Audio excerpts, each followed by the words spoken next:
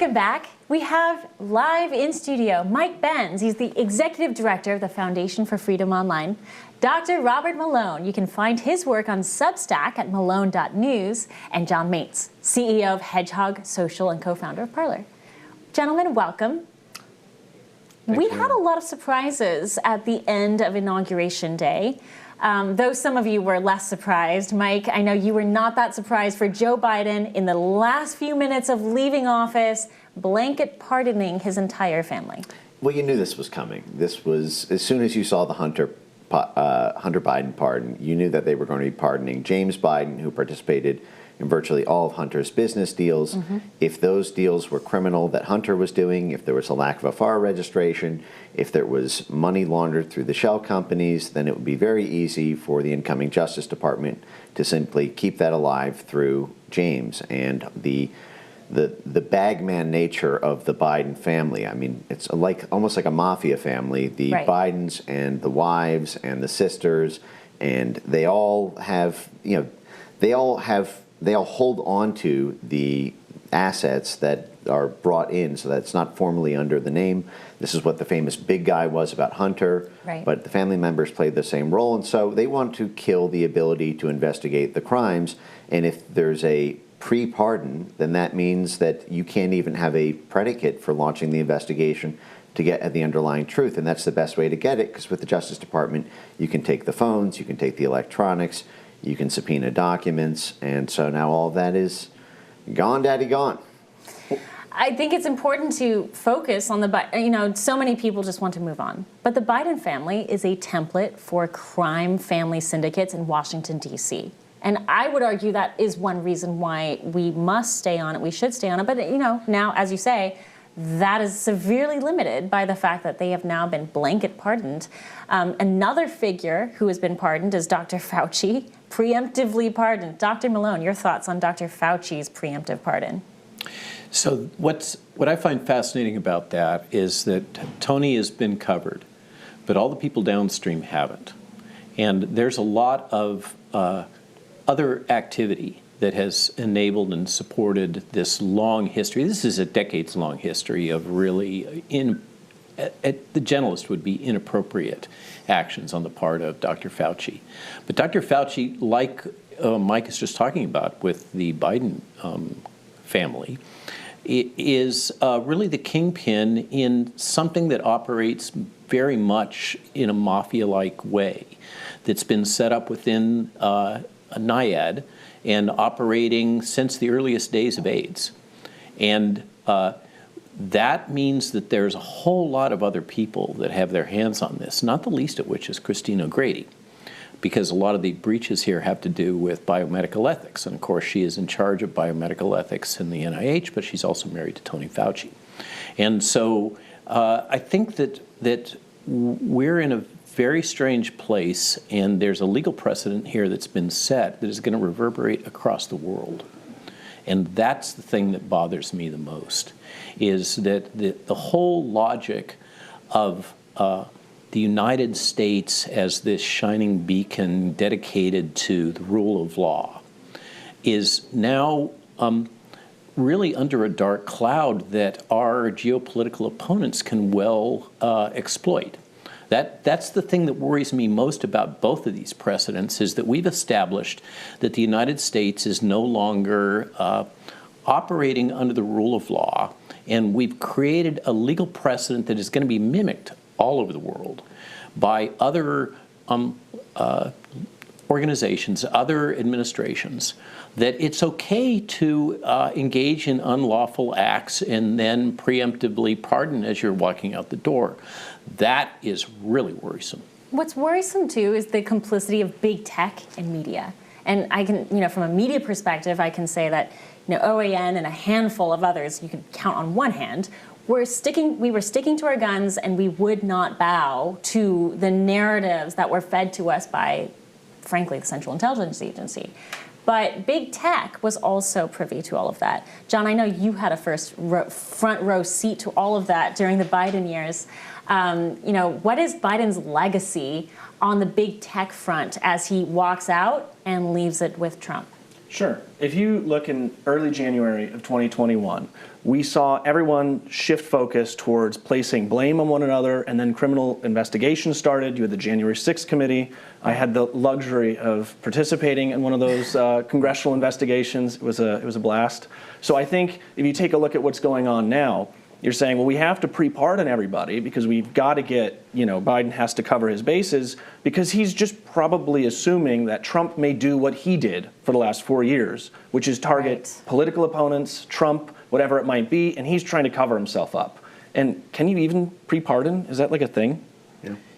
Hunter Biden has the blanket pardon extending from January 2014 until December 2024 for all crimes charged and uncharged, which means that Hunter Biden could have committed first-degree premeditated murder during that period and cannot be charged for it. There's no way that can hold up in court, can it? Yes, that can, because, well, think about this. I mean, today Biden also pardoned someone who was convicted of assassinating 2 FBI officers, murdering them in cold blood. He is now a free man because of the pardon, and so a preemptive pardon works the same way. It's simply if whatever you did during that period. Now, that was what was done with Nixon. It was a blanket pardon, but that was only, I believe, a 4 or 5 year period, mostly in connection to the Watergate, the forward pardons of Nixon. But that was 11 years, the longest blanket preemptive pardon in American history. And I have not seen what the year ranges are for the Biden family. I'm going to presume for James Biden and the 5 family members that it's a similar 11-year window because they were all operating in tandem with these web of shell companies and all these foreign countries. But I'm curious if the Fauci one, does that date back to the 1980s? I wouldn't be surprised if if it was a 30 or 40 year one. So are we going to optimize this for the next presidents? Every time they go out, we're going to get a nice Excel spreadsheet in a formal format with just hundreds of names on it every 4 years? Think about how many hundreds of millions of dollars President Trump would have had more today.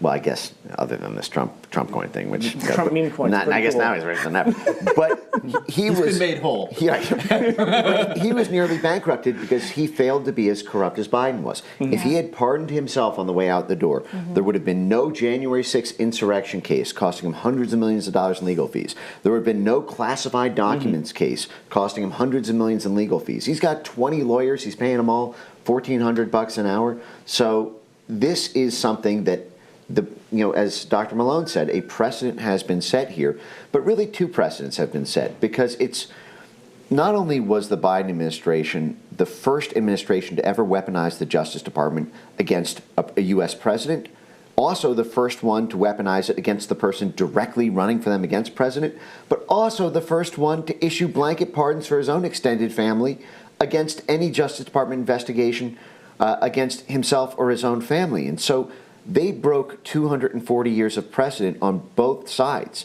on both the sword and the shield, and it has completely shattered the ability for U.S. diplomats around the world to argue that when foreign countries do that, that's corrupt. Because they say... Precisely. Precisely. If it's corrupt for us, then you guys are the shiny peak on the hill, right? We're following your lead. If we violated international norms and standards, then so did you, and it's a wash. The international implications here are profound. And by the way, we haven't even touched on the J6 committee. Yes, Liz Cheney's pardoned. And Liz Cheney has been blanket pardoned. We have, there's also the dichotomy of Trump is likely going to ensure that we don't have J6 hostages, which is a very accurate term for what has happened to these people for Chanel, the last the thing 4 years. that worries me the most about this, if you think it through, is we have now a group of people that have been grievously damaged. And their families have been damaged. And now these people are going to be walking around. Are we going to have to put Tony back under protection? Because I don't see how Tony Fauci and these other players can travel internationally. I don't see how they can have any kind of security domestically. There are people out there right now that are very angry and for good reason. And they don't have much to lose. And if I was one of those people right now, I would have a heck of a sense of foreboding. The risks that they're now facing, and they're going to face for the rest of their lives, are profound. Because Fauci ultimately is now on the loose. I mean, he's probably going to take a job with some big board somewhere, and he's still going to exert his influence, and there's still going to be a category of people who look at Dr. Fauci as this great light in the medical field, in the field of vaccines, and he's going to continue to capitalize on that. And if we're not allowed to investigate further what was actually done, it may not come to light the dangers that he participated in, then people are going to then, I guess, still value his opinion. Well, so you're putting the positive spin on it. Yeah, he's still going to have a future financially. So you don't think he's going to have a future? But my point is that, so I live in Central Virginia, okay? Where we have a whole lot of preppers and et cetera, okay? Those folks are proper pissed off. Yeah. And that is not a trivial threat. And the security that these people now confront, the security environment they now confront is not trivial, the risk that they face. And they're going to face that the rest of their lives. I'm not saying this is a threat. I'm saying this is a statement of fact.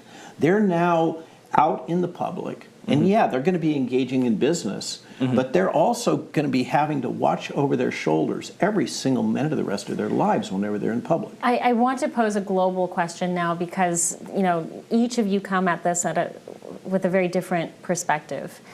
Everyone is celebrating the inauguration of Donald Trump and the ouster, as they should, and the ouster of a very corrupt and disastrous regime. That includes a regime that oversaw the intelligence community and the Justice Department, most importantly. Not to put a damper on this, not to put a damper on it, but what are the biggest threats that the winning team faces going into the next 4 years? They're the winning team. Threats in what sense? As a team. Every team, once they win, faces threats of fracture. What are the greatest pieces of fracture that the movement needs to be aware of as they move together into the future? Okay. Yep. Well, You won't want to miss their answers. The panel continues when we return.